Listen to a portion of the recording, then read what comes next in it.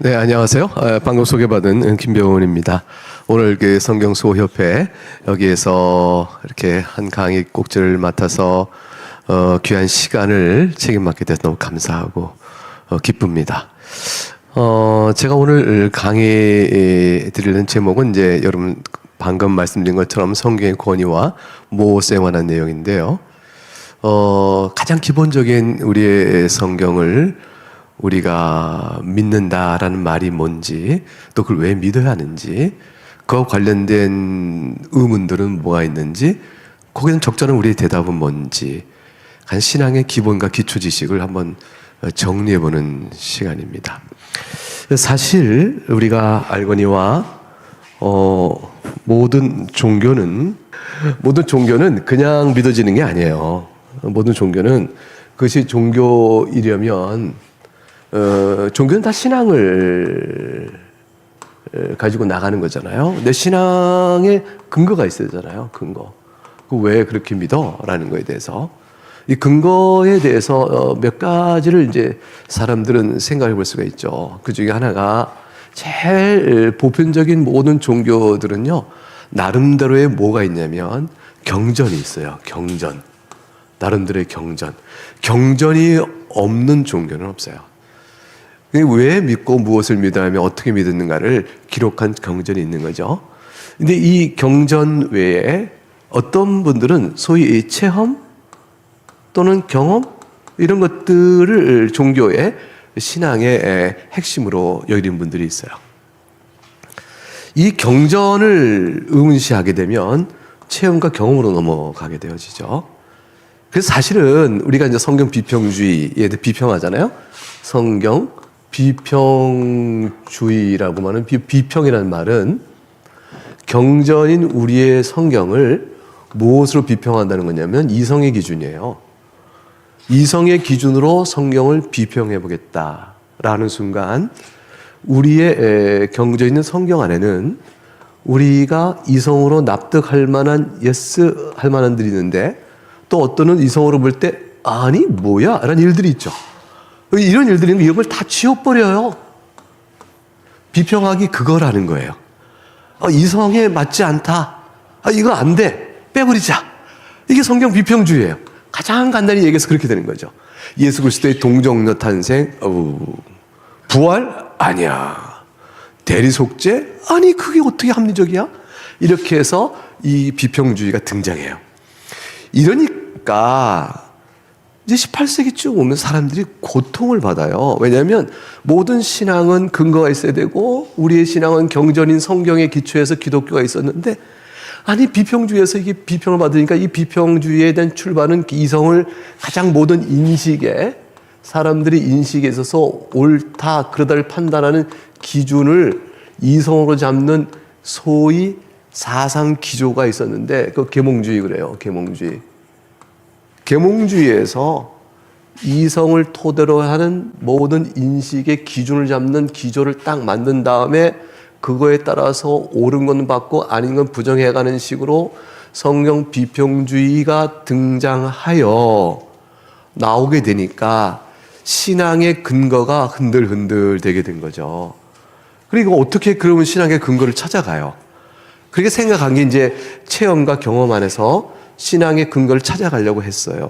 그러니까 소위 성경을 통해서 주어진 교리를 다시 체험적으로 설명할 수 있으면 남고 체험적으로 설명 안 되는 교리는 버리자 이렇게 되는 게 되어져요. 그러니까 철저히 경전에 기초한 교리가 객관성을 갖고 있다라고 말하면 왜요? 왜 객관성을 갖죠? 왜 이렇게 믿어야 돼? 라고 그러면 성경에 써 있잖아. 이 객관적 근거죠.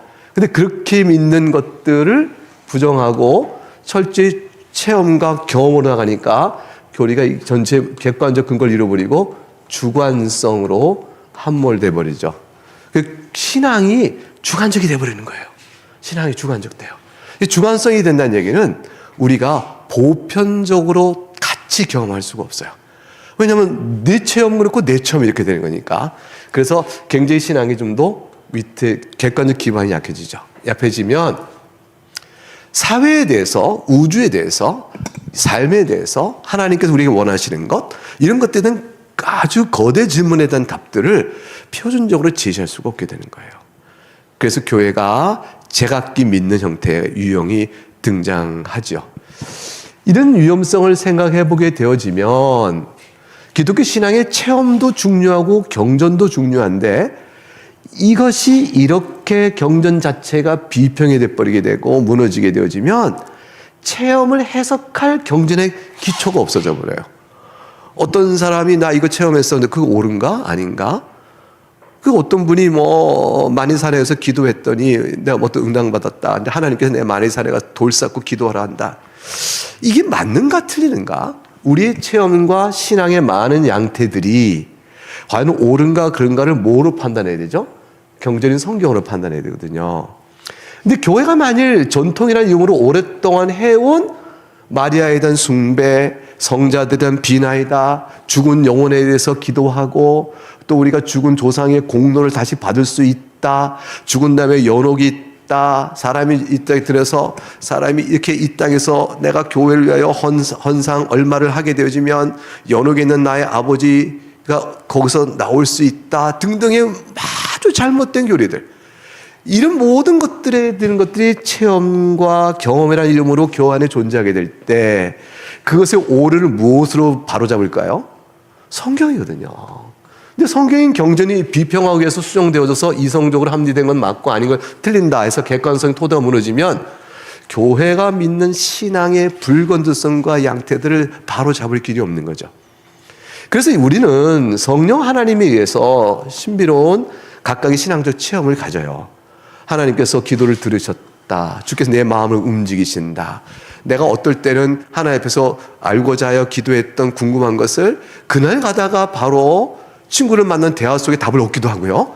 어쩌다가 그냥 목사님 설교에서 바로 답을 얻기도 하고요. 어떨 때는 가다가 극동방송 방송에 바로 답을 얻기도 해요. 우리는 사실 기도의 응답을 순간적으로 즉각적으로 받기도 해요. 살아계신 하나님을 찬송할 일이 많죠. 살아온 지금까지의 걸음 안에서 하나님 어떻게 인도하셨나? 이걸 사실은 하나님께서 내 인생을 어떻게 섭리하실까라는 것은, 이 섭리는 우리가 비밀한 뜻 가운데 있어요. 비밀한 뜻 가운데 있어 마치 이와 같아요. 퍼즐이 있는데, 이런 퍼즐 해보셨어요? 퍼즐 몇 개짜리 해보셨어요? 조용길 보는 사람은 2,000개짜리 할까? 3,000개. 머리가 좋으셔서. 그쵸? 인내심이 없으면 못한다. 인내심. 머리가 좋아도 인내심을 못해요. 2,000개를 맞출 만한 인내심이 있을지 모르겠어요. 한 100개짜리 정도는, 소윤정 교수님 몇 개짜리 해보셨어요? 200개짜리? 우와, 머리도 좋고 인내도 좋으신 거예요.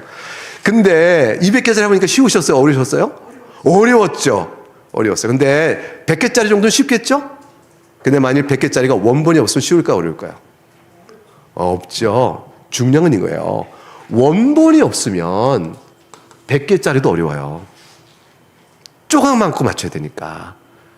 근데 우리 인생을 이끌어가는 섭리는 퍼즐 조각이 100개가 아니고 1000개도 아니고 10,000개도 아니고 엄청 많아요. 근데 그 퍼즐 조각하고 하나님께서는 하나님의 지식 속에는 원본이 있어요. 이걸 우리가 신학적으로 작정 그래요. 작정의 원본이 있으니까 하나님은 다 아셔요. 근데 우리는 이 작정을 미리 알지 못해요. 그런데 우리 인생을 살아가요. 퍼즐 조각 맞추듯이 살아가는 거죠. 살아가니까 나는 때때로 뭐예요? 하나님 뜻이 뭘까? 이런 생각을 하게 되는 거죠. 이렇게. 그런데 하나님께서 살다 온 과거를 비춰보면 내 인생의 향방을 이끌어온 대략의 모양이 생겨요. 그래서 100개짜리도요, 한 50개 맞추면 나머지 50개가 쉬워요. 점점 쉬워져요. 퍼즐은 맞출수록 쉬워져요. 왜 그럴까요? 윤곽이 드러나니까. 조각이 어떻게 맞출 줄 알게 되는 거죠. 하나님께서 우리 인생을 끌어오시는 모든 섭리 속에 보게 되면, 그래서 그러셨나? 야, 이때쯤에 위한 것이었구나 라는 것을 에스더도 알듯이 이때를 위함인 줄 어떻게 아느냐, 이렇게 하는 것처럼 그렇게 되어지는 거예요. 여러분, 성경 쓰고 옆에가 오늘날 하나님이 주신 거요, 이때를 위함인 거예요. 이게 다 이때를 위하여 우리 하나하나를 부르셔서요, 각각의 경험과 모두 맞춰서 하게 되어졌어요. 이 모든 것을 이해하면서 하나님의 섭리를 이해해가고, 원본은 모르나 맞춰진 과거의 퍼즐은 나머지 퍼즐을 맞춘 데 대략의 방향성을 알게 되어져요. 이 방향성을 잡아주는 힘이 성경에서 와요.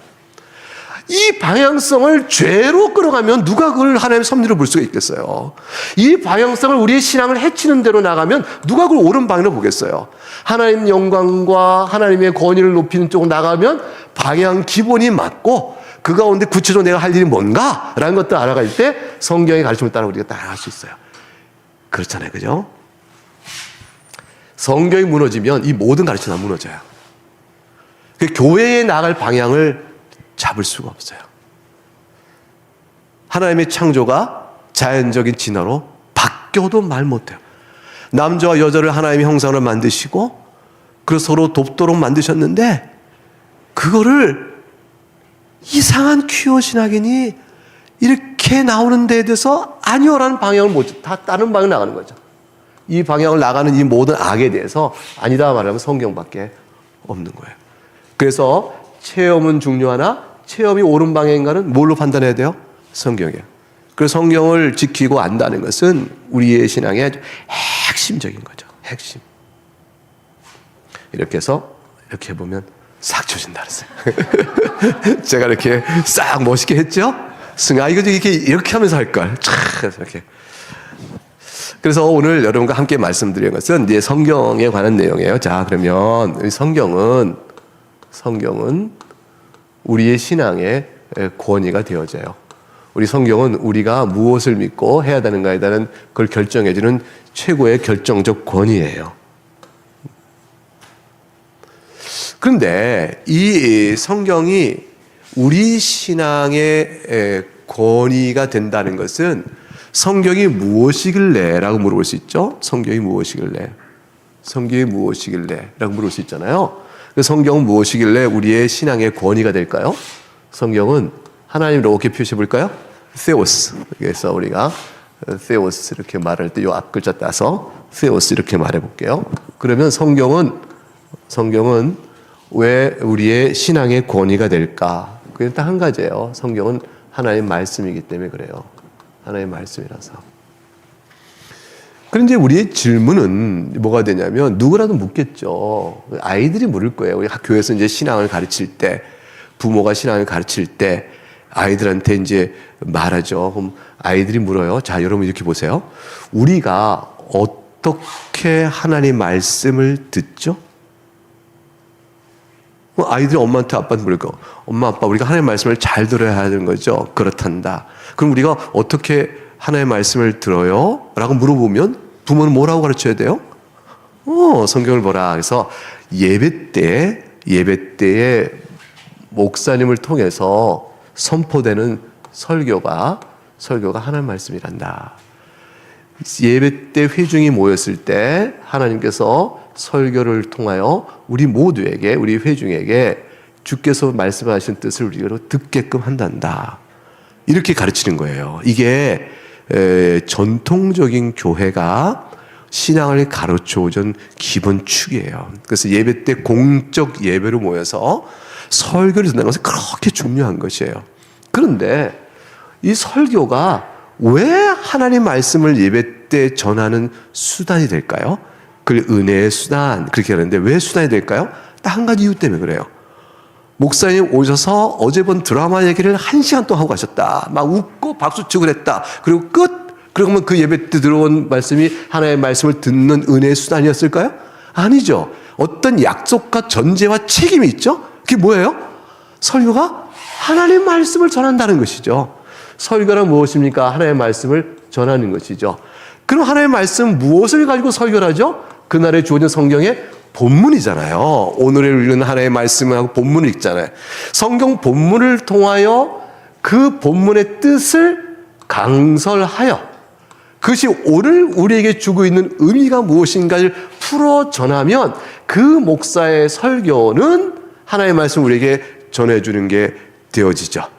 그래서 전제는 뭐냐면 성경이 하나님의 말씀이라는 사실부터 예배의 실제 우리의 신앙의 모든 토대를 놓는 권위 이게 다 형성되어지는 것이에요. 성경이 만약 성경관이 무너졌어요. 성경관을 무너지면 이 모든 신앙의 기본 축이 다 무너져요. 그러면 신앙적인 가치, 세계관 다 무너지고 기본 신앙 세상도 이상해져 가는 거예요. 교회를 오는 교인들의 발걸음이 즐겁지 않게 되어지는 거예요. 하나님의 말씀을 듣고자 교회를 가야 하는데 교회를 왜 가나 했더니 그냥 종교 단체를 가게 되는 거 많은 거죠. 그렇지 않고 성경이 가르치는 교회에 된다. 성경은 하나님의 말씀이기 때문에 그렇다.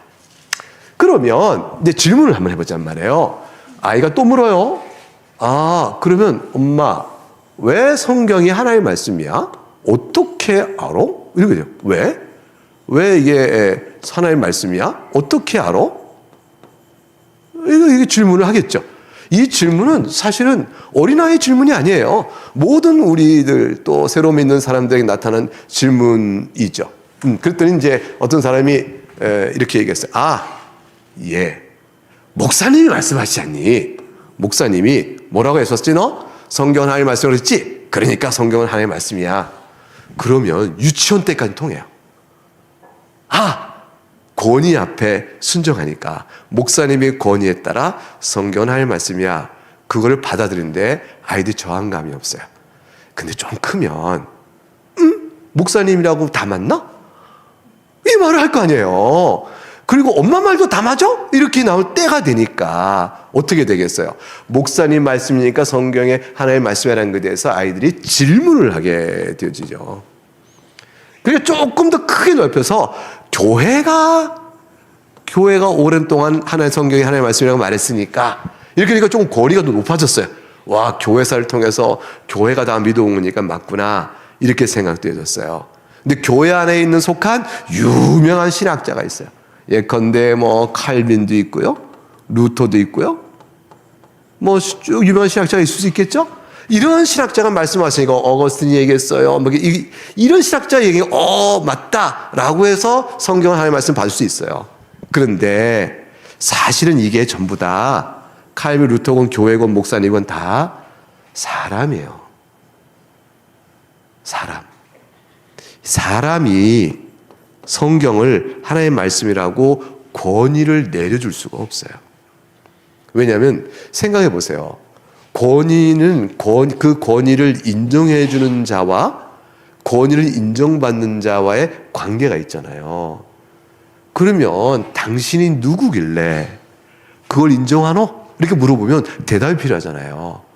당신이 누구길래 성경이 하나의 말씀이라고 말할 수 있느냐? 라는 게 생기잖아요. 누구길래. 그래서 사실은 성경의 하나의 말씀인 것은 교회 권위도 중요하고요, 유명한 신학자의 판단도 중요하고요, 또 목사님의 말씀도 중요하지만 이 모든 것들은 최종적인 권위는 못 돼요. 우리에게 성경의 하나의 말씀을 인도하는 선생으로서의 권위는 가질 수 있지만 정말로 성경의 하나의 말씀이냐를 판단하는 최종적 권위는 못 되는 거예요. 사람이니까. 사람이 하나의 말씀이라고 어떻게 말할 수 있겠어요? 결국 그래서 성경이 하나님 말씀이냐라는 것을 인정해주고 그 권위를 정당하게 말할 수 있는 분은 오직 한 분밖에 없어요. 누굴까요? 하나님이셔요. 하나님만이 성경이 하나님의 말씀이시다라는 것을 권위를 최종적으로 확인할 수 있는 분이에요. 그래서 성경이 하나님의 말씀인 까닭은요, 하나님께서 성경이 하나님이라고 하나님의 말씀이라고 말해줘서 그런 거예요. 정말요? 그렇다니까요. 아니, 어떻게 하나님께서 언제 나타나셔서 그렇게 말씀하셨어요? 성경이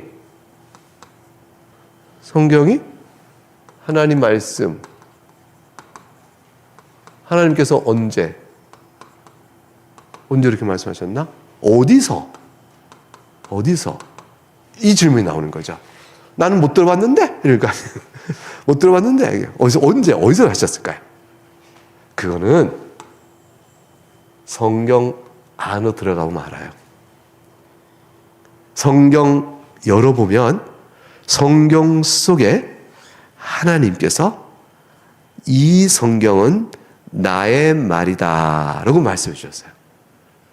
그래서 하나님께서 언제 성경이 어디서 하나님의 말씀이라고 말씀하셨나요? 질문을 이제 우리가 받게 되면 아이가 말하면 아이를 쫙 데리고 그래 성경을 펼쳐보자 하고 성경을 펼쳐보는 것이. 그리고 성경을 믿자라고 말하는 거예요. 성경을 읽어보면서 아이에게 첫 번째 이렇게 생각할 수 있어요. 너는 성경이 어떤 책 같니? 첫 번째, 성경이 어떤 책 같아? 이렇게. 네 생각에 성경은 어떤 책 같아? 무슨 책하고 비교해 볼 수 있을까? 비교할 만한 다른 책을 한번 말해 볼래? 그러면 사실은 독서의 능력과 규모에 따라서는 성경은 어마어마해요. 이 세계가 창조되었다는 사실부터 생각해서 사람을 하나님의 형상으로 만드시고 사람이 타락했다. 근데 죄로부터 하나님의 구원, 그거를 실현하기 위해서 하나님께 행하시는 언약, 이런 것들의 실현의 구체적인 단계로 구약과 신약 안에서 벌어지는 여러 역사적 사건들, 그리고 예수님께서 이 땅에 오셔서 십자가에 죽으시고 부활하신 일, 그리고 장래에 다시 오셔 하실 일들, 이 어마어마한 얘기가 성경에 꽉 차 있거든요. 이 모든 사실을 우리가 영적 진리 이렇게 얘기한단 말이에요. 이거는 밥 먹고 사는 문제하고 전혀 다른 거예요. 내 몸을 가지고 밥 먹고 살아가 배우는 지식과 전혀 다른 지식의 세계가 쫙 펼쳐져 있어요. 이 책을 보고 너는 어떻게 생각하니? 그리고 이런 책이 아주 특수하게 져 있는데 저자가 무려 40명이나 넘어요. 40명 정도나 돼요. 그래서 쓰여진 기가 보니까 창세로부터 쭉 계시록까지 내용은요, 무려 1500년 전의 시간이 걸려요. 그러니까 역사의 한 줄기 속에서 1500년 전부터 약 1500년에 걸쳐서 여러 저자들이 흩어져 언어도 다르고 직업도 다른 사람들 다 썼는데 전체로 이 영적 진리를 다 통일된 흐름으로 전하고 있어요. 이런 책이 어디 있어요? 그래서 아이가 이 책을 눈여겨보면서 조인이 눈을 뜨게 되는 거예요. 나는 예수님 믿고 죄사함 받는 한 가지만 알고 왔는데 예수 믿으면 정말로 구원받아요. 그렇죠. 그 말씀이 어디 있어요? 성경에 써 있네. 그 성경에 써 있는 줄 알고 왔는데 성경이 그럼 어떤 책이에요? 하고 물을 때부터 나온 질문에 대한 답들이 이렇게 광대한 성경의 세계를 쭉 열어줘요. 이 광대한 성경 안에 있는 놀라운 탁월한 영적 진리의 내용은 실제로 성경 각 권에 쓰여진 문학의 장르, 역사성, 또 그것에 갖고 있는 증언하는 많은 탁월한 도덕적 감화, 또 그걸 읽는 사람의 변화들을 포함하여 전체로 성경이 과연 성경 하나님의 말씀 답네? 라는 것에 대한 충격을 줘요. 그래서 성경은 여느 책과 다르다라는 한 가지 인식에 이르러요. 성경은 보통 책이 아니네. 보통 책이 아니야. 대하소설 하나 우리가 읽어도요. 태백산맥 대하소설. 대하소설 한 권도 대하소설 안에 들어있는 역사의 시기가 얼마나 긴 시기며 등장인물이 몇백 명이며 그거에 대한 모든 구도를 짜서 하는 이 소설가의 사고력과 문학적 그 치밀성이 우리가 탐복하잖아요. 대단하다 하잖아요. 근데 성경 거기 별 게 안 된단 말이에요. 그거가 탁월한 내용을 전하니까 정말 성경은 놀랍네요. 그래 보통 책이 아니지 이렇게 얘기할 수 있어요. 그런데 잘 보셔요. 이 모든 사실은 믿는 우리들에게는 정말로 성경은 그러네요. 정말로 하나의 말씀이에요. 라고 할 만한 충분한 증언의 힘이요 증거력을 가져요. 근데 안 믿는 사람 또는 자라나는 자녀가 사춘기에서 무조건 안 믿어보려고 무조건 의문을 제기하는 나이가 되면 이 모든 설명에도 불구하고 그러나 뭐 그렇다고 해서 하나님의 말씀인 거 어떻게 알아? 라고 끝까지 우기는 거예요. 이런 말씀이 어딨니? 그거 놀랍네요. 그렇지. 그러니까 하나님의 말씀이야. 아니 이게 놀랍다는 거하고 하나님의 말씀이라는 거 어떻게 연결되냐고요. 이렇게 물으면 어떻게 말할 거예요. 너무 놀라요. 40명에 1500명. 우와 대단하네요. 그렇지. 그러니까 하나님이야. 아니 그런다고 하나님 말씀이라는 거 어떻게 알아요? 그런다고 해서. 하나님 직접 말씀해야지. 직접 말씀해 줘야지. 하나님께 내게 말씀해 주게 내가 안 믿겠다. 이런 거 똑같은 거죠.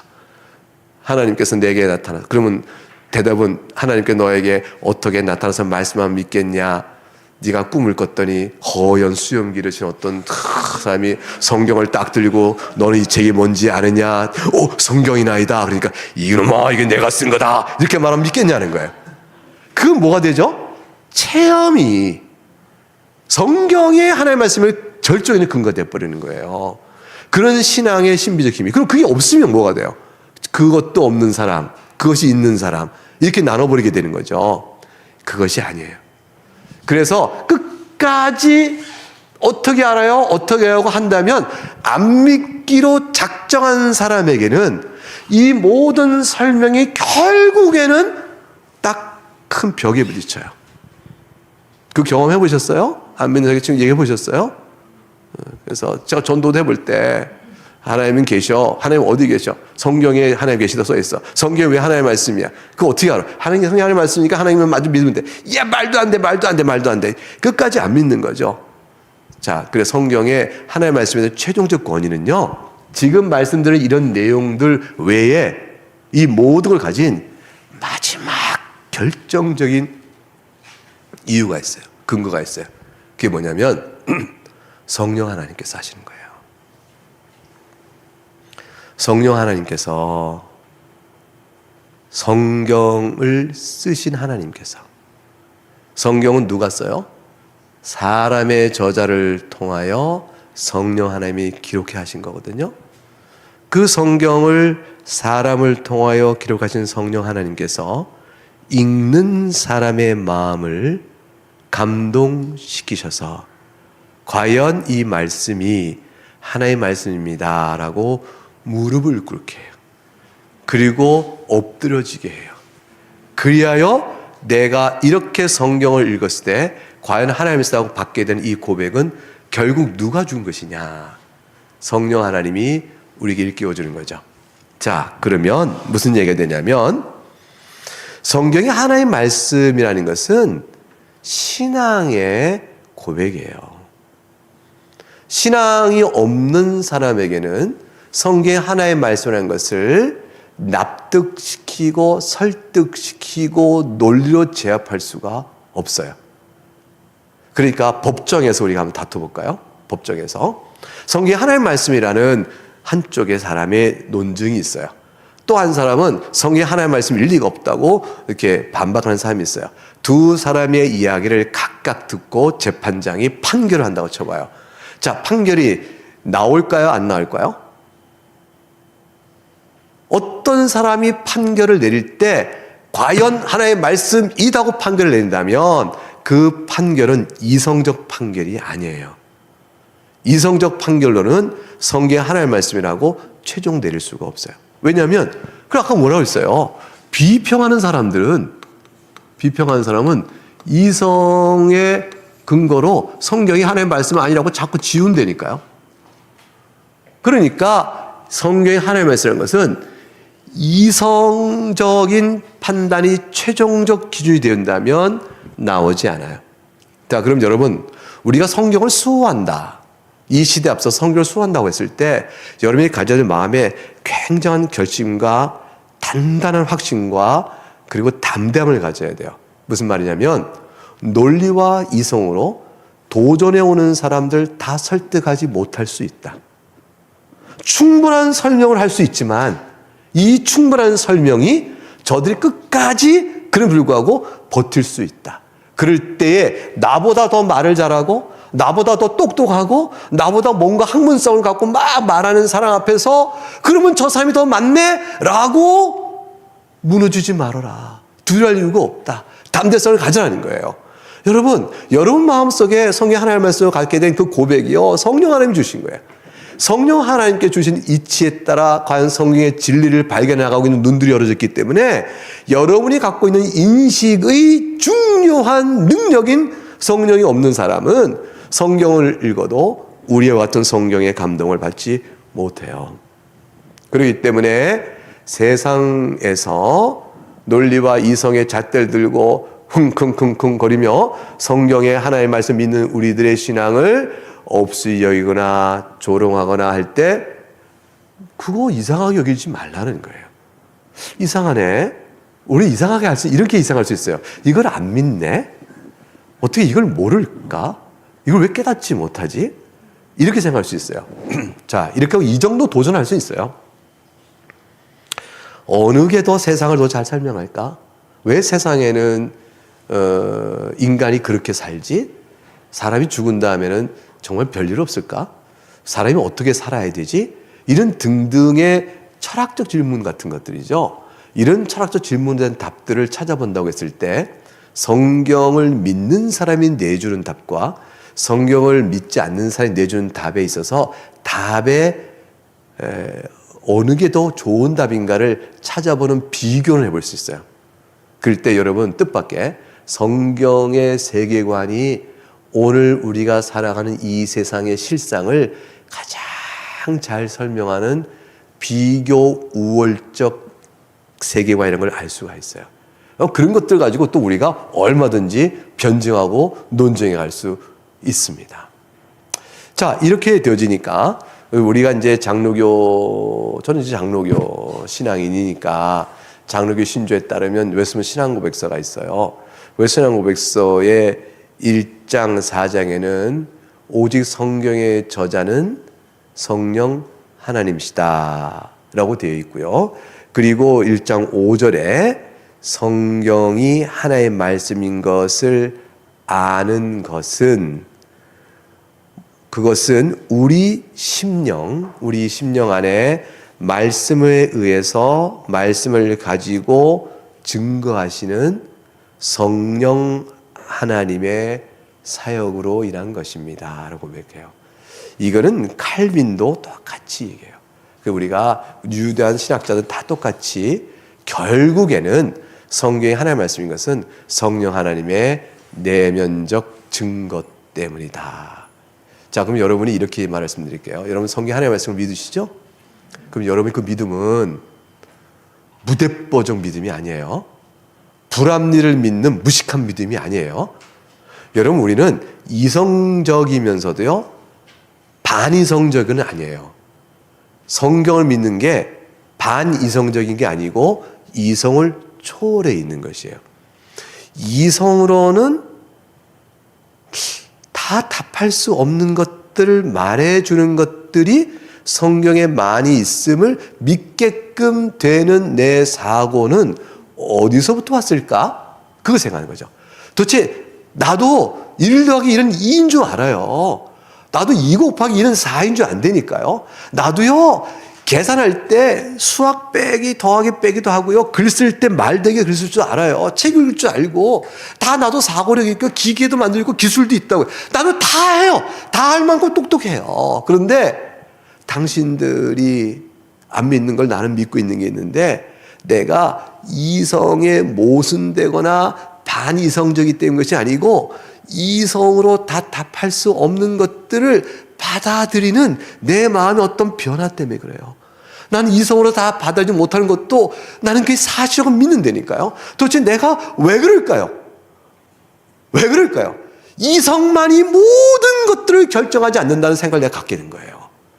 아, 이성만이 모든 걸 결정한 게 아니구나. 이성이 답하지 못하는 진리가 있구나. 이것들을 답하게 갖게 된 거죠. 어떻게 하나님은 하나님이시지 사람은 사람이지 하나님이 사람이 되셔서 참 사람이며 참 하나님으로 이 땅에 계셔요? 말이 안 되잖아요. 근데 그걸 받아들여요. 내 안에 그것을 믿게끔 되어졌어. 동정녀 탄생? 어떻게 믿어요? 근데 이거는 경험으로 없는 일인데 근데 그거를 받아들이게 되는 내 인식의 영역에 눈이 탁 떠진 거예요. 이건 내가 왜 이렇게 되어졌지? 나도 모르겠어. 나 믿어져.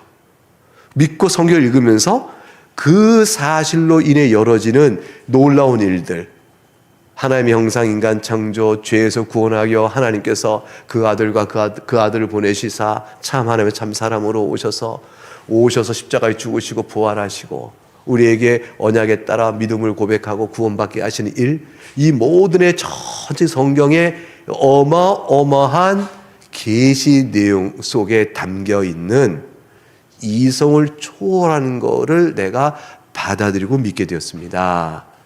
이것이 바로 성령 하나님께서 우리 눈을 떠주신 거예요.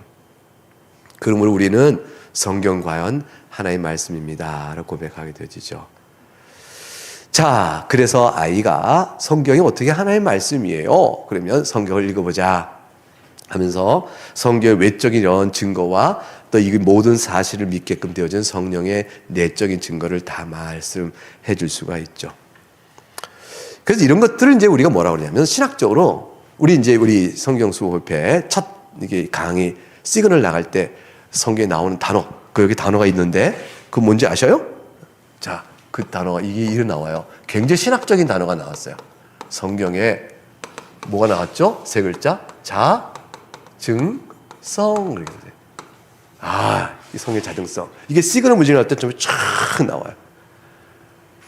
그리고 뭐냐면 성경이 하나님 말씀인 것을 성경 스스로 말한다라고 이게 쫙 설명이 되는 거죠. 그런데 이성으로 성경을 훼손하여 계시를 하나님의 최종적 삶의 표준이요 권위로 받지 않게 되므로 성경의 권위를 우리가 수호할 필요가 있습니다 라는 시그널이 쫙 나오잖아요. 오늘 강의는 사실은 이미 시그널 뮤직 5분, 2분, 한 번에 거기 다 나와 있는 거예요. 그러니까 사실 제가 강의를 괜히 하는 거죠. 안 해도 되는 강의를 하는 거죠. 그런데 하나님의 말씀은 듣고 또 듣는 거예요. 우리가 다시 한번 생각해 보는 거죠. 이 사람은 어떻게 저걸 설명하나? 저분은 그걸 어떻게 설명하나? 들어보면서 그 우리의 믿음을 더욱더 견고히 가져가죠. 성경이 스스로 증거한다고요? 성경 어디에? 성경 여러분 알죠?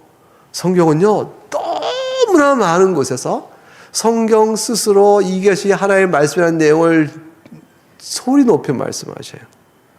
구약에도 보면요 신명기 18장 18절에 내 말을 그 입에 두리니 그랬어요. 너희 형제 중에 너와 같은 선지자 하나를 일으키리니 그 입에 내 말을 둘 거다. 그러니 그가 하는 말을 들어라 그러셨어요. 이게 성경에서 선지자를 세워 그가 하는 말이 내 말이다 하고 말씀하신 내용이 성경에 기록되어 있으니까 자, 이 말을 믿을 거냐 안 믿을까를 성경을 읽으면서 결정을 해야 돼요. 내 말을 그 입에 하나님께서 선지자를 두셔서 하나님의 말씀 그 입에 둔다고 그리고 그 말의 명령을 들으라고 이거 어떻게 믿어? 그 선지자가 하는 말이 하나님 주신 말씀인지 어떻게 알아요?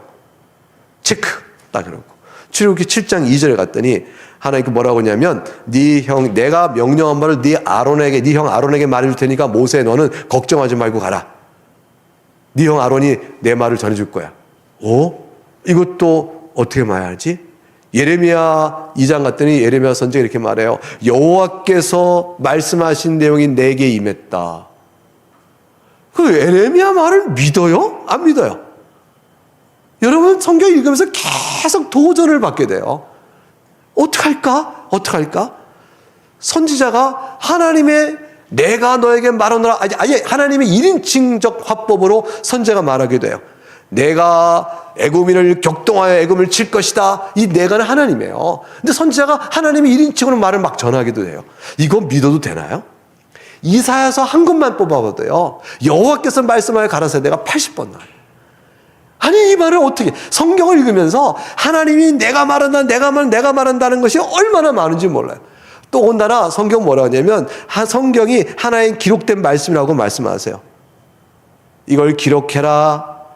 나를 가리켜 기록한 말이니라. 서판에 써서 책으로 남게 해라. 영원히 읽도록 해라. 이 책 기록된 모든 말을 이 땅에 임하게 하라. 너는 오늘 날짜를 기억하여 예루살렘이 기억할 수 있도록 기록하라. 다니엘서 12장 4절에 마지막에 이 글을 읽고 기록한 다음에 간수하여 봉합하라 그랬어요. 그러니까 성경은요 하나님께서 말씀하셨다, 내게 말씀하셨다, 기록하셨다, 이 기록된 글이 바로 이거다. 이런 얘기를 가득 채웠어요. 그러다 보니까 성경은 성경 말씀을 스스로 가리켜서 성경 안에서 뭐라고 표현하냐면 율법의 책이요, 생명의 책이요, 언약서요, 모세의 책이요, 여호와의 책이요. 이런 식으로 각각 성경 자체를 불러일으켜요. 그러면 성경을 믿으신다면 그게 무슨 뜻이냐면 성경에 기록되어 있는 이 말씀들이 다 진리인 줄을 믿으시는 거예요. 하나님 말씀하셨다. 그건 내가 안 믿고요. 선지자 말, 이게 당신의 말이지 왜 하나의 말이야? 이렇게 가려내서 믿는 게 아니고 이 말씀이 다 그런 줄을 믿는 거예요. 다시 말하면 성경 스스로 성경이 하나의 말씀이라는 사실을 믿습니다. 그것이 성경을 믿는 거예요. 성경이 하나의 말씀인 줄 믿지 않는다는 것은 성경에 기록된 말씀의 진리를 거짓으로 보겠다는 거예요. 자, 둘 중에 하나예요. 성경의 자증성을 믿는다. 이 자증성을 믿는 인식론적 가능성은 어디서 온다고 그랬죠? 성령, 홀리 스피릿, 성령 하나님의 역사예요. 성령 하나님께서 성경의 기록을 하는 데에 능력으로 영감으로 함께 하시고 읽는 자의 인식에 영감, 조명하심으로 함께 하세요. 기록은 우리가 영감이라고 말하고요. 읽는 자가 눈을 떠서 하나님의 말씀을 아는 것은 조명이라고 말을 해요. 깨닫게 하는 거예요. 깨우치는 것. 그래서 우리가 설교 말씀을 듣기 전에 예배 때 설교 전에 뭐라고 해요? 주 성령 하나님께서 오늘 우리 가운데 조명하시어 또는 깨우쳐 주시어 진리의 말씀을 밝게 듣게 하옵소서. 이렇게 우리가 성령 하나님의 사역을 조명, 깨우침이라 말하는데 듣는 귀를 열어주고 인식을 하게 하는 것은 조명, 기록할 때 함께 하시는 것은 영감 이렇게 얘기할 수 있어요. 성령 하나님의 일이에요. 그것이 가능성을 가지고 우리가 성경을 읽으면 기록된 말씀을 통해서 믿으니 이 하나하나를 다 믿는 거죠. 신약에 오면요. 예수님이 말씀하세요. 예수님이 구약 성경을 가리켜서 하나의 말씀이라고 그래요. 사탄이 시험하러 오니까 사탄아 물러가라. 기록되었을 때 주 너의 하나님만을 경배하고 다만 그를 섬기라 하였느니라. 예수님이 신명기를 인용해서 말씀하시네요. 예수님은 율법과 선지자와 시편에 기록된 모든 것이 나를 가리킨 것이라고 말씀하시면서 그 모든 성경을 하나님 말씀으로 인정을 하시고 받으셨죠. 예수님과 신학 토론을 할 때 예수님이 다 그러셔요. 넌 왜 그걸 모르느냐? 성경도 모르고 하나님 능력도 모르는구나. 이렇게 말씀하시므로 성경의 하나님의 말씀을 예수님 스스로 다 증언하셨죠. 너희가 성경은 폐하지 못한다 라고 말씀하셨어요. 예수님의 말씀이셔요. 진실로 진실로 내가 너희는 천지가 없어지긴 해 율법의 1.1획도 결코 없어지지 못할 것이다 라고 말씀하셨어요. 누가요? 예수님이 하셨어요. 천지는 없어져도 내 말은 없어지지 않는다. 예수님이 말씀하셨어요. 영생을 얻는 줄 알고 성경을 연구하거니와 이 성경이 나에 대해 증언하는 것이다. 성경 하나의 말씀이라고 예수님이 증언하고 계시죠. 여러분 예수님 믿으셔요? 예수님이 거짓말자를 믿으실 거예요? 사도들도 마찬가지예요. 베드로 사도, 바울 사도 다 성경을 인용하여 그리스도의 복음을 증언합니다. 자, 그러면 성경을 읽으면 이 자증성은 우리에게 질문을 던지는 거예요. 성경은 틀림없이 하나님께서 말씀하신 것을 기록했다라고 성경은 말하고 있어요. 그러면 여러분은 이 기록했다는 것을 말해주고 있는 그 많은 선지자, 모세, 예수 그리스도, 사도 이 모든 분들이 진실된가 거짓인가를 결정해야 되는 거죠. 요거는 굉장히 합리적인 질문을 제가 던지고 있는 거예요. 아이고, 그러면 진실된 거짓일까요? 예수님은 부분적으로는 거짓말하신 거야? 이럴 거예요? 망령된 일을 하죠. 베드로가 거짓을 말했을까요? 어느 게 거짓이고 진리예요? 이거 써놨는데 잘 모르겠다.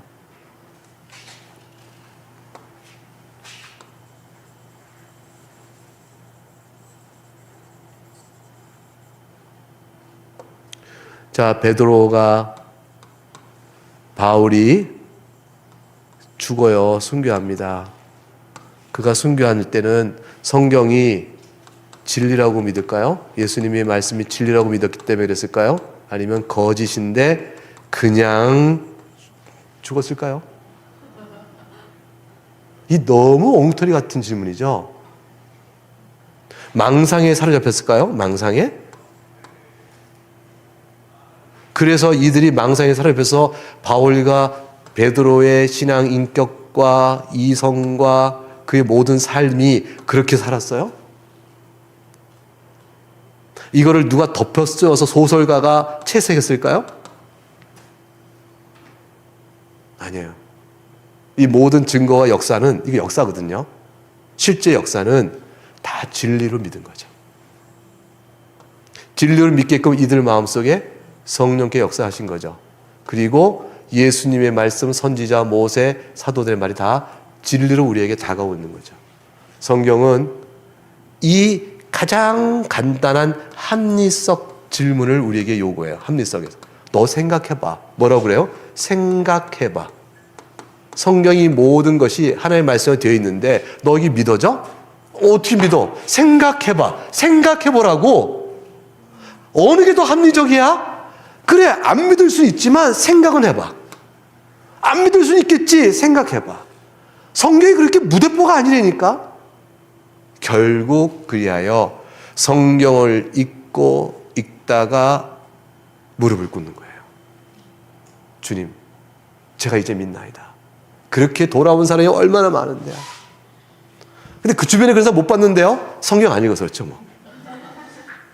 여러분, 정말 사람이 그것이 진리인가의 여부를 알기 위하여 사고를 철저히 끝까지 밀고 나가게 될 경우 성경은 우리로 하여금 굴복시킵니다. 성령 하나님께서 이 말씀의 모든 증거력으로 굴복시켜요. 제가 볼 때는요, 성경이 갖고 있는 외적 증거력은 성령께서 결국 우리를 믿게끔 만드는 최종적 권위 때문에 성경 하나님의 말씀을 믿지만 그 증거력은 충분하여 성령께 사용하셔요. 그런데 그 증거력을 다 안 따라가요. 여러분, 하나님이 계셔요? 무슨 소리예요? 계시지. 안 계시는 사람 앞에서 한번 논증해 볼까요?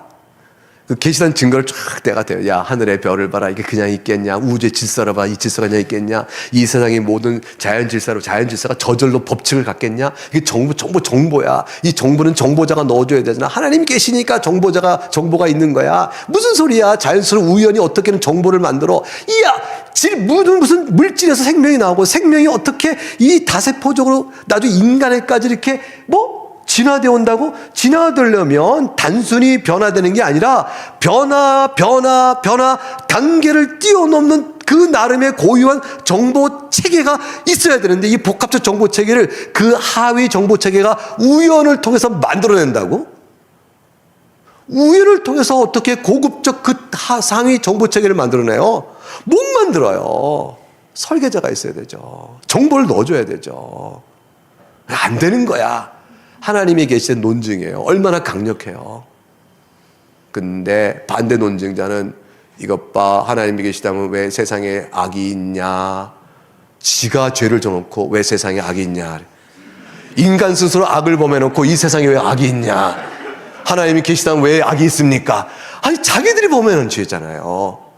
이거 죄송해요. 지가란 말을 써서 이거 굉장히 나쁜 표현을 썼어요. 제가 아직도 온전치 못하네. 아직 이제 흔적 때문에 그래요. 여러분, 아니잖아요. 우리가 갖는 많은 것들은 우리가 무지하고 어리석어 갖는 질문들이에요. 사실은 그런데 그렇게 끝까지 증거력 있어도 안 믿어요. 안 믿겠다, 안 믿어요. 그래서 버튼 러셀은 끝까지 부정했어요. 하나님 믿으면 충분한 증거가 없다. 불가지라도 남을 만한 이유가 더 많다고 생각한 거죠. 근데 사고를 끝까지 밀고 가는 삶 중에서 변화들이 막 생기기 시작해요. 하나님께 돌아온 일들은 역사 속에 숱하게 있죠. 성경도 마찬가지예요. 그래서 안 믿는 자들과 신앙을 전도할 때 신앙에 관한 몇 가지 교리들, 당신은 죄인입니다. 이제 하나님 아름답게 창조하셨는데 죄를 범한 겁니다. 모든 사람 죽은 다음 심판을 받습니다. 이제 예수 믿고 구원 받으셔야 돼요. 라고 말하는 몇 가지의 원칙을 가지고 전달하고 믿게끔 하는 일, 이거 요점 정리예요. 근데 요점 정리를 하고 관심을 갖고 끌어오고 교회를 오게 된다부터는요, 부지런히 성경을 같이 읽어야 돼요. 성경을 읽고, 성경엔 너무 책이 많고 복잡한 지식을 쌓기 위한 시간들도 필요하고 생각도 해야 되니까 간단한 교리 체계와 더불어서 성경을 계속 가르침으로 그가 과연? 라고 무릎을 꿇어야 돼요. 그럼 믿음이 바로 서는 거죠. 이제 성경의 자증성에 대한 한 가지 신학적 논의를 한번 해볼게요. 근데 제가 언제까지 해야 되죠? 우리 간사님? 계속 그냥 해도 되는 거죠? 네. 우리 조윤길 변호사님께서 그냥 계속해라. 계속해라. 계속해라. 이제 그러셨어요. 네. 그래서. 근데 성경의 자증성은 사실은 논리적으로 보게 되면 좀 엉뚱해 보여요. 왜냐하면 순수한 논리야, 이거. 아니, 왜 성경이 하나의 말씀이야? 왜? 그랬더니 뭐라고 돼요? 어디에 써 있네? 응? 성경 안에서 어디에 써 있네? 성경에 써 있네. 응? 성경에 써 있 뭐라고? 성경이 하나의 말씀이라고. 성경이 하나의 말씀이야? 성경에 써 있네. 이렇게 돌아가는 거야. 따지고 보게 되면 순한 논리를 누가 설득당해요? 이 말을 아이가 똑똑했어요. 우리 집 애가, 진짜 우리 집 애 말고, 예를 들어서, 저희 집 아들은 신학의 큰 회의가 들었을 때, 그때 회의 질문은 성경 하나님의 말씀이냐가 아니었어요. 왜 하나님은 장로교 신앙 원리에 따라서 왜 선택하시냐? 나는 이게 너무 괴롭다. 이것 때문에 신앙의 상당 시간을 헤매요. 근데 지금 장로교 목사가 돼가지고 아직 목사 안 삼아서 장가를 안 가가지고 장가를 보내야 되는데 미안하다 하더라. 지금 공부 중이에요, 계속. 자, 그런데 순환 논리라는 것은 사실은 논증에 힘이 있어요, 없어요? 나는 이제 A는 착한 사람이다 해보자고요. 저는 착해요. 아니, 최강희 목사님은 착하다 해보자. 최강희 목사님 착하다. 여기 처음에 계시. 최강희 목사, 최강희 목사님은 최 목사님은 착하다. 착하다 너무 주관적인. 설교와 강의가 뛰어나다. 그랬어요. 이렇게 어떤 사람이 최강희 목사에서 평가를 했어요. 이 평가에 대해서 왜? 그랬더니 최강희 목사님 말하던데? 최강희 목사님 말하던데 뭐라고? 나는 설교가 강의 뛰어나다. 그래? 그래서 나는 최강희 목사의 설교가 뛰어나다고 말하고 있는 거야. 그럼 이 말을 믿어줘요, 안 믿어줘요? 저는 안 믿죠? 저는 안 믿어요. 근데 누가 그래? 그랬더니 조용길 변호사님이 그러신데 조용길 목사님, 최강희 목사님 강의가 뛰어나대. 그래? 그러면 뭐가 생겼죠? 증인이 생겼어요. 증인이. 근데 어떤 사람이 그래. 조용길 목사님 말도 못 믿어. 누가 이렇게 해버리면 그냥 또 다른 증인이 필요하죠? 한 사람 더 대봐. 조용길 목사님 사모님이 딱 등장한 거예요.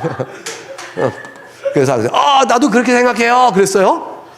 근데 어떤 사람이 사모님 말도 못 믿어. 왜? 사모님은 조용길 목사님 말하면 다 믿거든. 그러니까 자, 이렇게 되면 증거력이 있어요, 없어요? 자꾸 약해지죠. 이 증거력이 가지려면 본인이 설교 강의가 뛰어나다 이 말을 최강희 목사님 하시면 안 돼요. 그래서 최강희 목사님과 똑같은 사람끼리 해줘도 안 되는 거죠. 최강희 목사님 무지무지게 미워하고 싫어하는 사람이 있어. 최강희 목사님 원수가 있어. 근데 그 사람이 내가 원수지만 이건 인정한다. 그럼 어떻게 돼요? 진짠가 본데 이럴 거 아니에요. 그렇죠? 말하자면 순한 논리는 힘든 거예요. 그래서 이걸 가르쳤더니 어떤 청소년배가 손을 착 들고 그래. 목사님, 왜? 했더니 저도 오늘부터 일기장에 쓸 겁니다. 뭐라고? 내 말은 하나님의 말씀이다. 자꾸 제가 쓸 거예요. 제가 일기를 한 20년 쓰고 나면 20년 뒤에 제가 자식이 생겼을 거예요. 자식이 얘기를 탁 주면 걔가 읽으면서 이렇게 하나님의 말씀을 받지 않을까요? 라고 생각한다면 뒤통수를 그냥 정신 차려 이놈아. 성경이 자증성이라는 거 순한 논리예요. 이게 성경이 하나님의 말씀이라는 말을 오히려 논리적으로 무력화시키는 것일까? 헛된 말을 하는 것일까? 그걸 어떻게 믿어? 라는 것에 대한 반대의 주장을 우리가 뭐라고 대답을 해야 될까요? 뭐라고 해야 될까요? 자, 순한 논리잖아. 성경의 자정성은. 그러니까 자정성은 믿기 어렵지라는 주장에 대해서 우리가 뭐라고 말을 해야 될까요? 오늘 이게 이제 강의의 사실은 마지막 포인트예요. 따지고 보면. 자, 누가 말해볼까요? 여기 청중이 계셔요. 제가 지명하는 분이 답을 해보는 겁니다. 너무 싫어요, 이거, 그죠? 이런 거 교수님 이런 거 할 때 너무 싫죠? 이럴 때 학생들 다 고개 숙여요. 여러분, 답은 이거예요. 뭐라고 하냐면, 아닌 게 어딨어? 그게 답이에요. 순한 논리가 잔써요? 아닌 게 어딨어? 무슨 소리냐면, 순한 논리가 아닌 게 어딨어? 라는 거예요. 무슨 소리야? 아까 최강희 목사님은 설교를 잘하신다.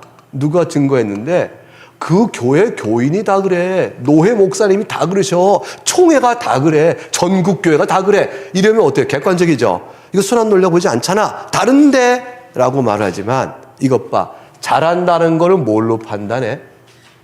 이렇게 들어가 볼까요? 증인은 있다니까요. 성경에 하나님의 말씀이라는 거를. 증인이 있어요. 저도 증인이에요. 여러분도 증인이에요. 증인의 문제가 아니고 성경에 하나님의 말씀이냐고 이 얘기잖아요. 증인의 문제가 아니에요. 최강희 목사님이 설교 잘하는 증인은요, 전국에 다 있어요. 증인 말고 잘한다는 설교가 뭔데? 우리가 묻는 건 그거예요. 성경이 왜 진리고 하나님의 말씀이냐고. 그것이 묻는 것이지 증인의 문제가 아니란 말이에요. 증인은 허다히 많다니까요. 그러면 그거 뭔데? 그렇게 따져가면 설교를 잘한다는 기준점에 뭐가 있어야 되죠? 동의성. 그걸 동의하는 전제가 있어야 되는 거예요. 전제. 이 전제에 따라서 그래 그가 나오는 거죠. 자, 그러면 결국은 순한 논리 따져볼까요? A라는 사람한테 물어봤어요. 왜 최강희 목사님 설교 잘합니까? 그분은요, 말씀을 힘있게 하셔요. 아, 그래? 그러면 힘있게 하는 게 설교를 잘한다는 거야. 그래서 힘있게 하는 설교는 힘이 있으면 좋은 설교. 최강희 목사님은 힘이 있다? 좋은 설교? 이게 뭐가 되죠? 앞뒤로 맞아 들어가는 거죠. 그래서 어느 날 최강희 목사님 좀 아파요. 힘이 없어요. 오늘은 아니네. 자, 이분에게는 뭐예요? 힘 있는 설교가 좋은 설교라는 뭐가죠? 일체관이에요. 그러면 하나님 말씀이 성경이 하나님 말씀이라는 것, 성경이 하나님 말씀이라는 것 뭘로 알아요? 뭐로 알아요? 뭘로 알아요? 그렇죠. 우리 아까 내내 얘기했죠? 앞서서 성경이 과연 그런 책 탁월하구나. 성경을 읽을 때 감동 감화가 있죠. 그래서 나는 고백해 라고 내가 뭔가를 자꾸 얘기해요. 성경의 외적 증거, 성경의 탁월성, 그리고 성경이 나를 감동시키는 내면적 감동 감화력, 이것을 쫙 얘기해요. 이게 있으면 하나님의 말씀이야 라고 나름대로 내가 설명할 수 있어요. 근데 성령의 역사는 설명 다 하기는 어렵죠. 그러나 이런 것이 있으면 돼 라고 말을 했어요. 그때 그 사람이 순한 논리야. 이래서 성경이 이렇게 됐다고 고백하는데, 그래서 성경을 스스로 하나님의 말씀이라는 것을 네가 믿겠다는 거잖아. 이 순한 논리를 받아들이겠다는 거잖아. 나는 안 받아들여. 왜냐하면 성경에는 이성에 비춰보니까 말이 안 되는 얘기가 너무 많아. 무슨 홍해가 갈라지는데 물이 벽처럼 거기를 지나가고, 그냥 홍도처럼 물이 썰물로 벌어졌다고 해라. 그건 믿겠다. 근데 벽처럼 서 있대. 이걸 믿으라고? 그렇죠. 출애굽할 때 홍해가 썰물 작용으로 갈라져서 묻이 들어갔다 그러면 차라리 믿을만 하잖아요. 하필 왜 썰물이 있느냐. 거기는 간석 조석 차도 없는, 조석 간말 차도 없는데 왜 그게 있으냐 뭐 등등 하겠죠. 그것도 안 믿겠지만 물이 벽처럼 섰다가 바로가 잘 때는 무너졌다. 안 믿겠다. 그죠? 물이 뭘로 변해요? 포도주. 나사로야 일어나라 했더니 어떻게 돼요? 죽은 지 사흘 된 사람 일어나 이렇게. 이거를 믿으라고? 나는 안 믿어. 그 성경 하나의 말씀 아니야. 이렇게 말하면 이 사람은 어떤 순환 논리에 있는 사람이죠? 이성에 따라 일치된 것만 진리다라는 자기의 전제의 토대로 쓴 순환 논리예요. 어떤 A란 명제가 사실이냐? 이성에 따라 합쳐보자. 합당하면 yes. 그거예요. 그 자체가 모든 전제가 이성에 합당해야 된다, 이성에 합당한다라는 자기 안에 순환 논리가 있는 거예요. 그럼 어떤 사람은요, 감각이에요. 체험, 감각. 어떤 사람은 감각. 어떤 사람은 이성. 나름대로 인식에 있어 필요한 것. 어떤 사람은 감정. 노래는 슬퍼야 돼. 노래를 듣고 눈물이 나오지 않는 노래는 노래도 아니야.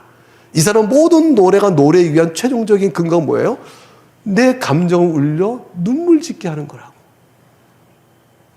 그런 순환 논리. 자, 모든 옳고 그름 최종적인 판단은요, 다 순환 논리에 따라들어요. 내가 이성을 최종적인 근거로 삼으면 이성에 합당하면 진리예요. 내가 만일 논리적인 것에 따라 합당한 것만 받겠다면 논리적인 정합성만이 그것이 사실이냐 아니냐를 말해주는 이유예요. 그러니까 재판의 결과가 좀 엉뚱하게 나올 때가 있어요. 조영길 변호사님 수업 시간 제가 막 물어봐요. 괴롭혀요. 법정에서 이런 걸 어떻게 따지냐. 그럼 이제 자세히 설명해 주셔요.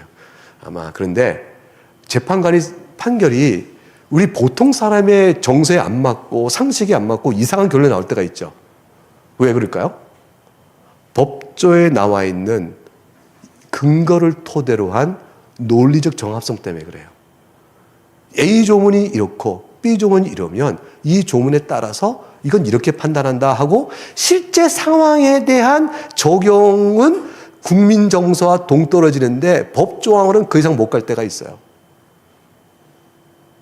그 무죄 나오는 거예요. 모든 사람은 그게 어떻게 무죄야 이럴 수 있는데. 조영길 변호사 이거 완전히 공자 선생님 계신데 제가 이렇게 문자를 얘기했습니다. 이럴 때가 있는 겁니까? 예, 그럴 수 있다고 그래요. 그 틈을 변호사가 잘 이용하는 거죠. 피고인들의 인권 보호를 위해서 검사는 그 틈을 깨려고 하는 거죠. 아니면 반대 논리가 가능하겠죠. 여러분, 이게 제가 적절한 예를 든지 모르겠어요. 근데 제가 언뜻 떠올라서, 원고에 언뜻 떠올라서, 조영길 변호사의 얼굴이 저에게 그걸 자극을 줬기 때문인데, 여러분, 그런 거예요. 사실은 그 논리가 모든 진리 여부를 결정하는 최종 근거다는 논리의 정합성에 안 맞으면 부인되어져요. 그런데 진리는요, 논리 이상의 것이 있어요. 논리를 초월한 게 있다니까요. 하나님께서는 논리를 초월하여 세상을 만드신 거죠. 사실은 우리는 이 세상을 논리로 다 풀어낼 수는 없어요. 그러니까 논리와 모순되진 않지만 초월하는 일들, 자연적 경험에는 없는 일이지만 도끼가 물에 빠졌는데 엘리사가 나무가지 하나 턱 던졌더니 도끼가 떠올라요. 이런 일들이 실제 진리로 기록되어 있고 그런 일이 있을 수 있는 거죠. 그러므로 성경이 진리냐라는 것을 판단할 때 어느 정도의 절대적이면서 전제에 따른 순환 논리다라는 것은 성경뿐 아니라 다른 진리 판단도 똑같은 거예요. 어떤 사람이 이런 생각해요. 나는 절대적 진리랑은 없다고 생각해. 그렇기 때문에 모든 사람의 주장은 다 각기 맞는 거야. 그래서 모든 종교는 다 하나의 진리를 설명하는 다양한 측면을 반영할 뿐 어느 종교도 독점적 진리의 권위 가질 수 없어. 그렇기 때문에 기독교만이 절대라고 말하면 안 돼 라고 굉장히 여유롭고 그 모든 종교를 포용한다고 말하면서 허허허 했다면 이 사람이야말로 최고의 권위자일까요? 엉터리 논리죠. 왜냐하면 네 주장은 왜 절대적이야? 모든 종교는 상대적이고 모든 종교는 맞다라는 이 주장이 왜 절대적이냐고. 그게 절대적이야 그 주장이 맞죠. 주장하는 말은 상대적인데 주장하는 이 뭐예요? 말은 절대적이어야 되는 거죠. 틀린 거죠. 따라서 그것은 그 한계의 모순을 피할 수가 없는 거예요. 어떤 산 위에 올라가 본 사람만이 산에 오른 길이 여럿인 줄 알아요. 이 세상이 어떻게 되었는지 근원부터 아는 사람만이 이 세상이 창조된 건지 뭐 어떻게 된 건지 뭐 이걸 다 말할 수 있는데 누가 그걸 말할 수 있어요. 그렇기 때문에 종교는 각각 자기 주장을 할 수 있어요. 기독교는 성경을 더해 성경의 진리임을 말하고 있는 거죠. 과연 어느 것이 좀 진리일까요? 아니, 다 모르겠어요. 난 말겠다. 그것도 자기 선택이에요. 근데 우리는 성경 안에서 하나님을 봤어요. 성경 안에서 죄를 봤고요. 성경 안에서 나의 영적 실상을 가장 잘 알게 되었어요. 성경 안에 이 세상이 어떻게 시작됐고 어떻게 돌아간지 잘 알게 되었어요. 이제 나는 사람이 죽은 다음에 심판이 있다는 걸 믿어요. 하나님 앞에 있다는 걸 믿게 되어지고 모든 일을 성경을 통해 알게 되면서 내 세계관이 바뀌게 되었어요. 이건 진리 역사예요. 우리는 그렇게 믿는 사람이죠. 주께서 오실 때 그거를 밝히 드러내실 것입니다. 자, 그러면 이제 마무리를 한번 줘볼게요. 성경이 이렇게 권위 있는 하나님의 말씀이라면 성경은 오류가 많을까요? 적을까요? 없어요. 예, 없어요. 성경에 오류가 있다면 성경의 하나의 말씀의 권위는 어떻게 될까요? 그거는 침식당하죠. 침식당해요. 성경에는 오류가 없어요. 근데 우리 눈에는 오류가 있는 것처럼 보이는데 그거는 성경 탓일까요? 성경을 읽고 있는 우리의 무지나 아직은 난제로 남아있을 뿐일까요? 난제로 남아있을 뿐이에요. 더 그걸 풀어가는 방법을 배워야 돼요. 더 성경을 연구한 사람, 또 성경이 기록된 시점에서의 문화적 상황에 대한 반영도, 그것도 신학 안에서의 신학적 내용의 그 신비로움, 그 등을 통해서 배워감으로 풀어지는 것들이에요. 어떤 것들은 끝내 풀어지지 않을 수 있을지 몰라요. 어차피 성경은 하나님의 말씀인데 사람의 언어로 기록되어 있어요. 자, 사람의 언어로 기록되어 있기 때문에 그런 만큼 성경은 오류가 있다라는 주장에 더 어떻게 생각하세요? 사람이 기록했는데 하나님의 말씀이지만 베드로 전서는 누가 썼을까요? 베드로가 썼죠. 나 베드로는 아시아에 소아시아에 흩어져 있는 여러 교회에게 편지를 쓰노니 베드로가 말하잖아요. 그럼 베드로가 베드로 전 후서의 저자다. OX. 오잖아요. O. 근데 베드로만 저자다. OX. X.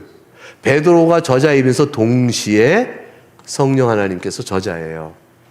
왜 동시에라고 그럴까요?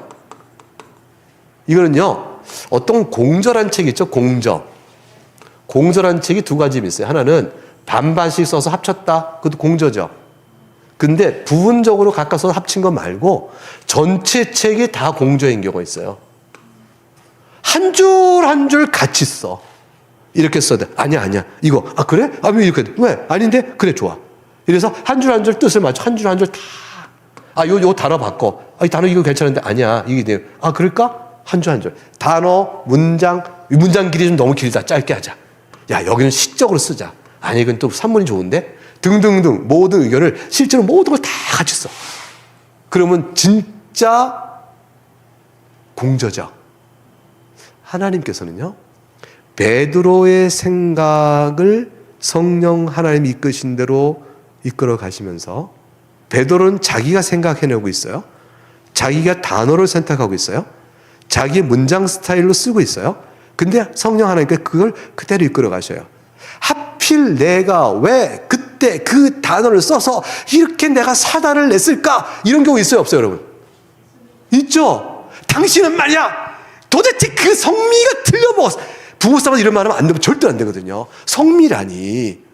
당신은 그 성품이 좀 그래요. 이렇게 말을 성품이라고 해서 썼어야지. 성미 그러니까 상대방이 뭐가 걸려요? 성미라고 그랬어?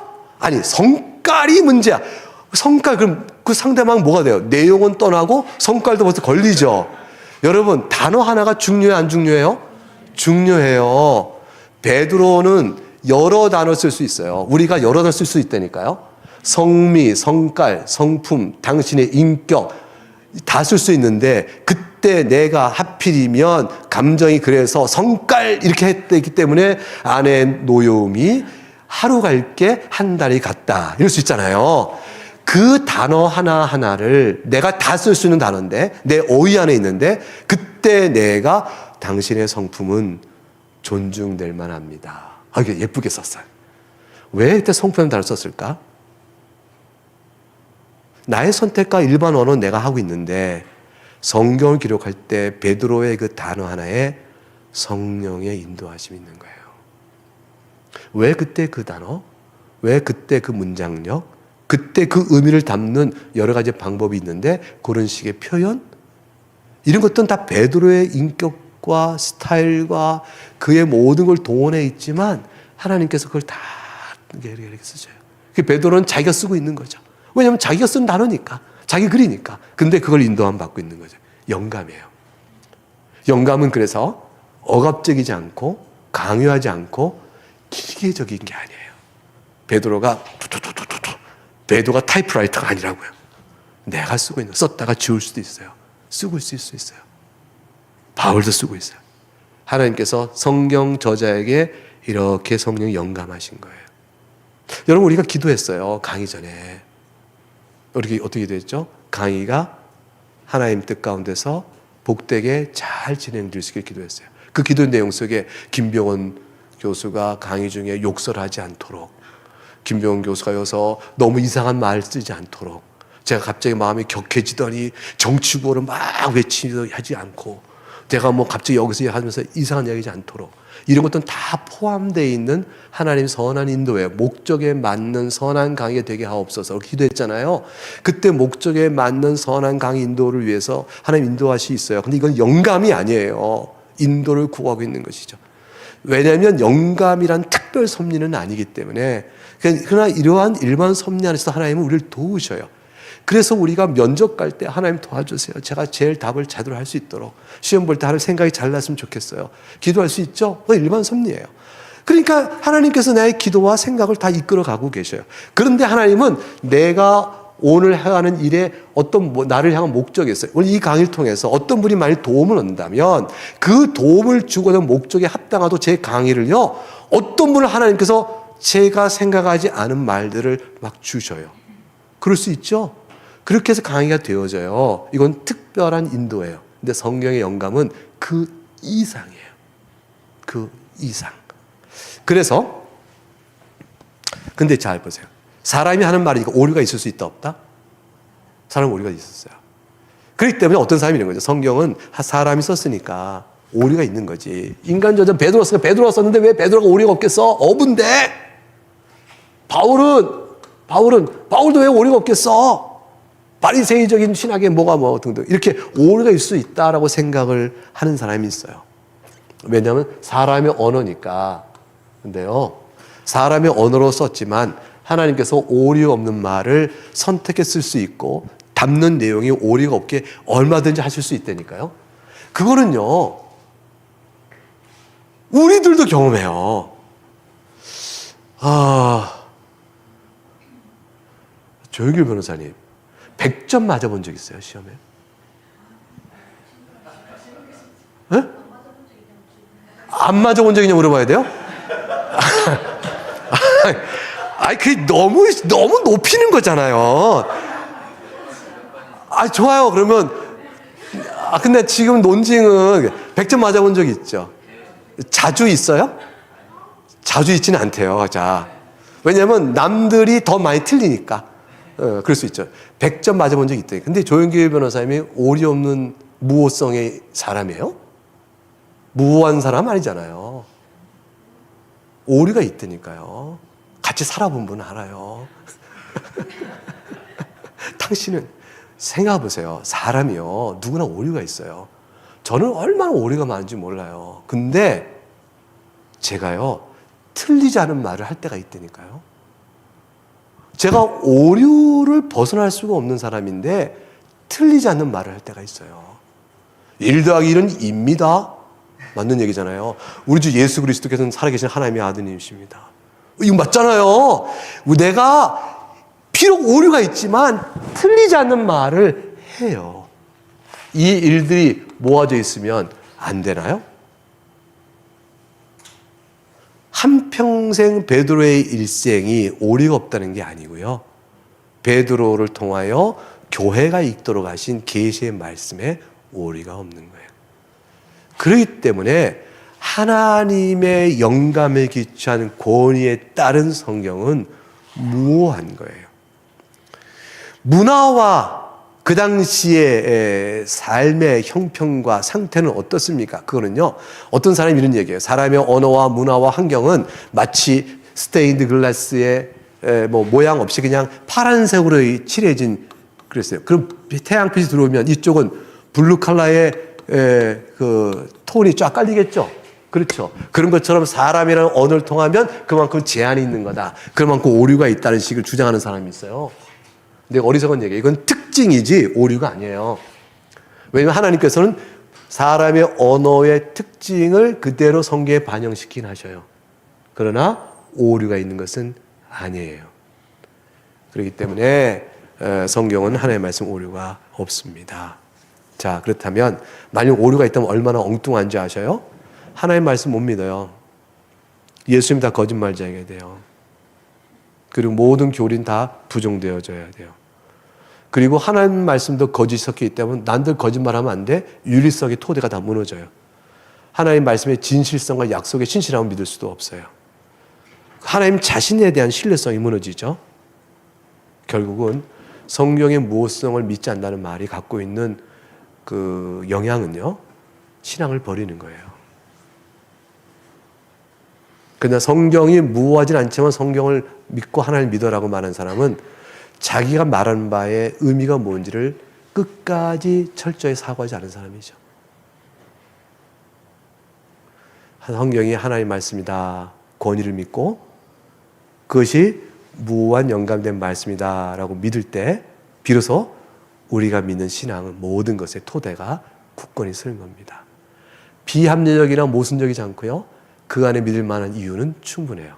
그리고 모든 걸 넘어서서 이것이 왜 세상 앞에 객관적 효력 갖고 더 설득 못 시키는가 할 때 그것은 우리의 무능이 아니고요, 세상 지혜와 하나님 지혜의 차이 때문에 그런 거예요.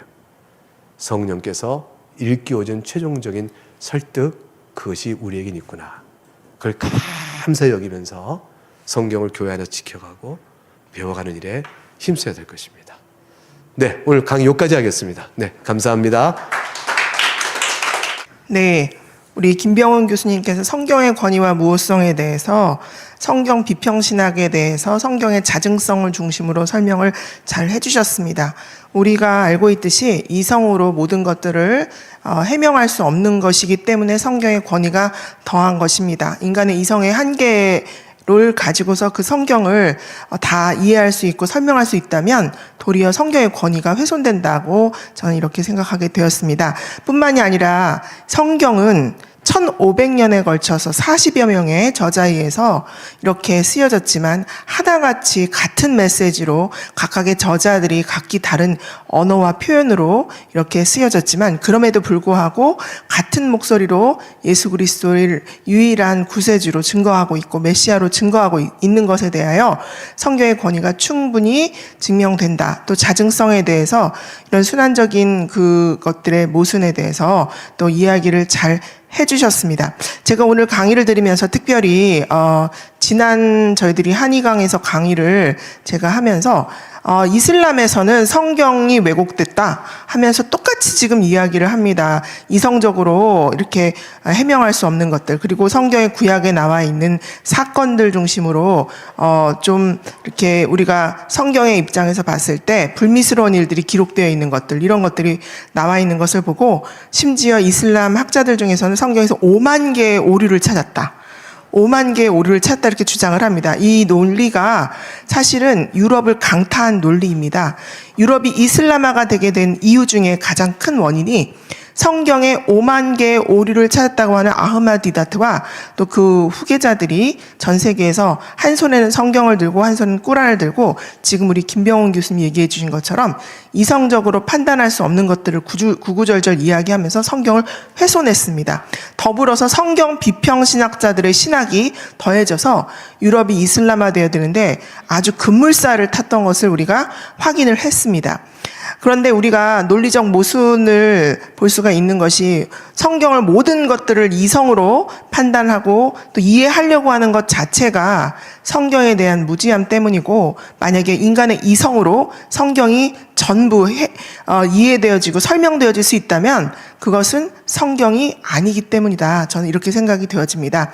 1500년에 걸쳐서 40여 명이 이렇게 기록을 했는데, 각자의 처한 상황과 시대적 정황과 또 언어와 이런 것들이 다름에도 불구하고 같은 영감으로 하나님을 증거하고 있다는 것, 이것이 계시의 완전함을 말해주는 것이 아니겠습니까?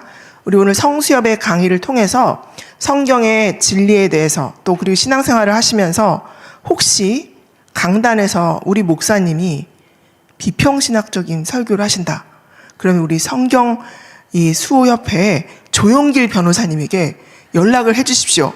저희가 달려가겠습니다. 한국교회 성도님들의 신앙을 앗아가는 성경 비평신학은 근절되어야 함이 마땅합니다. 왜냐하면 전 세계의 유럽을 강타한 그 비평신학이 결국은 교회를 무력화시켰고 무너지게 만들었습니다. 그래서 저희들이 성수협을 만들었기 때문에 여러분들이 성수협 운동을 통하여서 더욱 한국교회가 견고한 터 위에 끊임없이 성경의 권위를 수호하는 교회가 되어지기를 다시 한번 부탁드립니다. 기도하겠습니다. 사랑이 많으신 하나님 아버지, 감사를 드립니다. 오늘 김병훈 교수님을 통하여서 굉장히 어려운 신학적인 주제임에도 불구하고 오늘 우리 성도님들에게 쉽게 설명해 주시기 위해서 퍼즐을 통해서 또 원본에 대해서 여러 가지 다각도의 접근 방법을 가지고 저희들에게 성경의 권위에 대해서 설명해 주신 것 너무나 감사를 드립니다. 하나님, 인간의 이성으로서 우리가 성경에 있는 모든 진리를 설명할 수 있다면 그것이 과연 하나님의 말씀이겠습니까? 하나님, 저희들이 겸허히 하나님의 말씀을 순종하려고 할 때 정말 1500년에 걸쳐서 40여 명의 저자들에 의해서 집필되어진 이 성경이 하나같이 유일한 메시지를 증거하는 것들을 통해서 하나님을 성경을 통해서, 말씀을 통해서 만나게 하시고 믿지 않는 자들의 악한 괴계에 저희들이 넘어가지 않도록 하셔서 끝까지 하나님 말씀을 수호하고 하나님의 말씀의 권위 위에 한국교회가 부흥 성장할 수 있도록 하나님 역사하여 주시옵소서. 하나님께서 함께하여 주시고 이 성수협 가운데도 주님께서 은혜를 더하여 주시고 늘 풍족한 은혜로 또 하나님께서 인적 자원과 물적 자원을 충만하게 하여 주실 줄로 믿사오며 예수님의 이름으로 기도드리옵나이다. 아멘. 감사합니다.